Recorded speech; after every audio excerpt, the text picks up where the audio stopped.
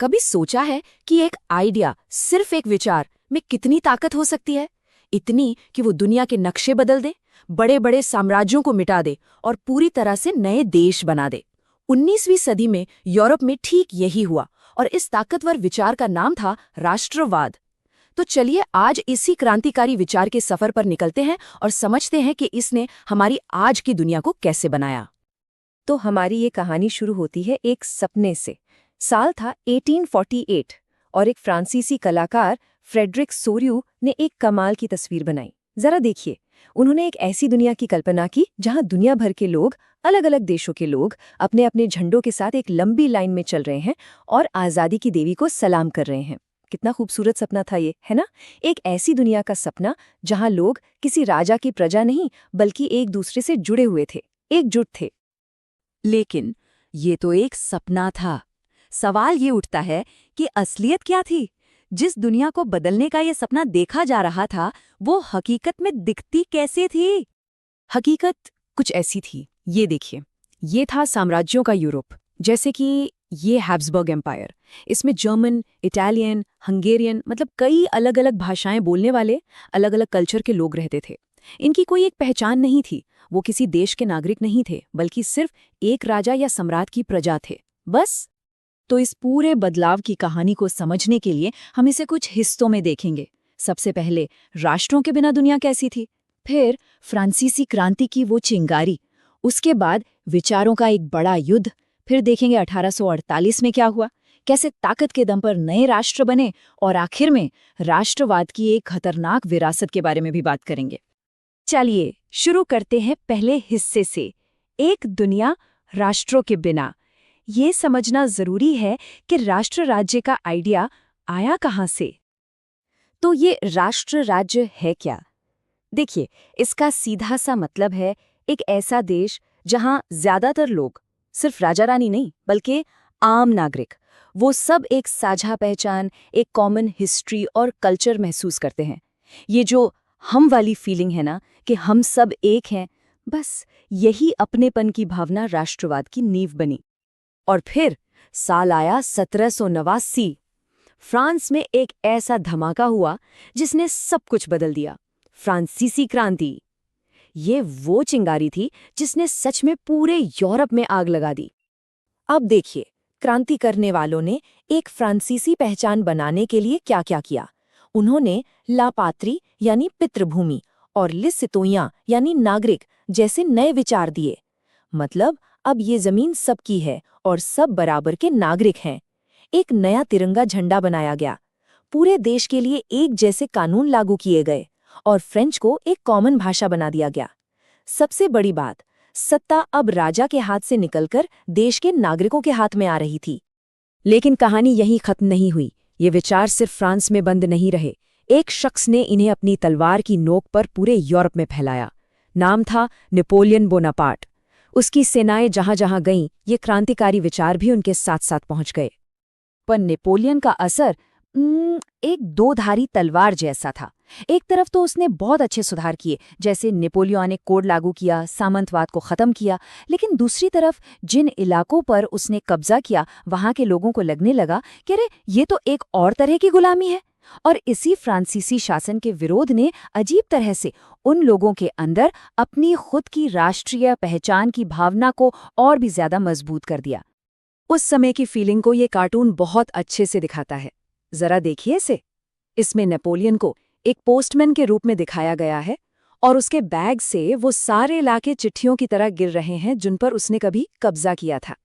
ये एक तरह से मजाक उड़ाया जा रहा है कि देखो, तुम्हारा साम्राज्य बिखर रहा है।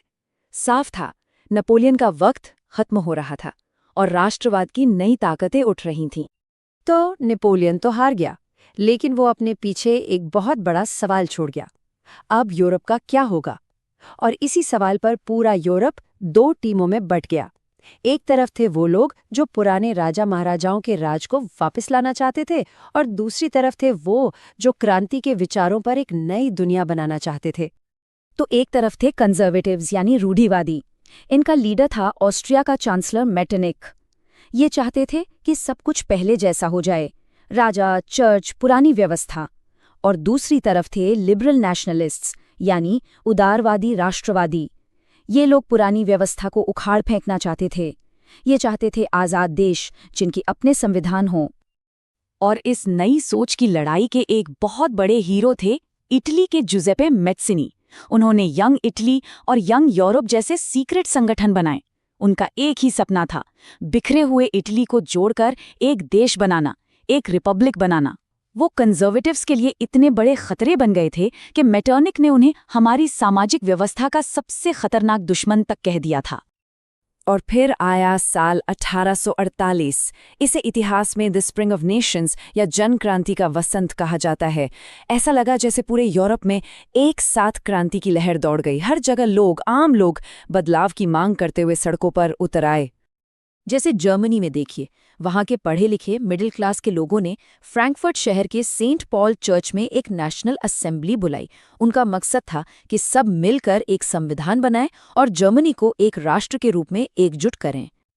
लेकिन ये सपना पूरा नहीं हो सका।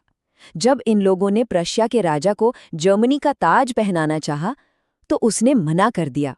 उसने कहा, मैं जनता से ताज नहीं लूंगा। और बस इसके बाद राजशाही और सेना ने मिलकर इस पूरे आंदोलन को कुचल दिया। उदारवादियों का सपना एक बार फिर टूट गया। पर कहानी यहाँ खत्म नहीं होती। असल में यहाँ से कहानी में एक जबरदस्त ट्विस्ट आता है। देश बनाने का जो सपना उदारवादी पूरा नहीं कर पाए, उसे अब कंजर्वेटिव नेताओं ने ही पूरा किया। लेकिन उन्होंने ये काम बहसों और वोटों से नहीं किया, बल्कि खून और लोहे की नीति से किया। और इस नए दौर का सबसे बड़ा चेहरा था ये शख्स, प्रशिया का chief minister Otto von Bismarck. वो एक पक्का रियलिस्ट था। उसका साफ मानना था कि देश बनाने जैसे बड़े काम भाषणों से या वोटिंग से नहीं होते, ये होते हैं ब्लड एंड आयरन से, यानी सेना और जंग से। और बिस्मार्क ने वही किया जो वो कहता था। अगले 7 सालों में उसने 3 बड़ी जंगें लड़ीं, पहले डेनमार्क से, फिर ऑस्ट्रिया से और आखिर में फ्रांस से। इन तीनों जीतों ने जर्मनी के एकीकरण का रास्ता पूरी तरह साफ कर दिया। और 1871 में शानदार वर्साय के महल में प्रशिया के राजा को एक यूनिफाइड जर्मनी का सम्राट घोषित कर दिया गया। अच्छा, देश तो बन गए, पर एक देश को कैसे दिखाए, उसका चेहरा कैसा हो? इस सवाल का जवाब कलाकारों ने दिया। उन्होंने राष्ट्र को एक इंसान का रूप दिया, खासकर एक महिला का, जैसे फ्रांस के लिए बनाई गई मरियान और जर्मनी के लिए जर्मेनिया। ये सिर्फ पेंटिंग्स नहीं की, ये एक तरह से राष्ट्र का चेहरा बन गई, एक सिंबल जिससे हर कोई जुड़ सकता था। लेकिन जैसा हर कहानी में होता है, इस विचार का भी एक स्याह पहलू था, एक डार्क साइड। जैसे जैसे राष्ट्र राज्य बनते गए, राष्ट्रवाद का ये खूबसूरत विचार एक खतरनाक मोड़ लेने लगा। हुआ ये कि 19वीं सदी के अंत तक आते आती राष्ट्रवाद का मतलब बदलने लगा। अब ये अपने देश से प्यार करने के बारे में कम और दूसरे देशों से नफरत और मुकाबला करने के बारे में ज्यादा हो गया।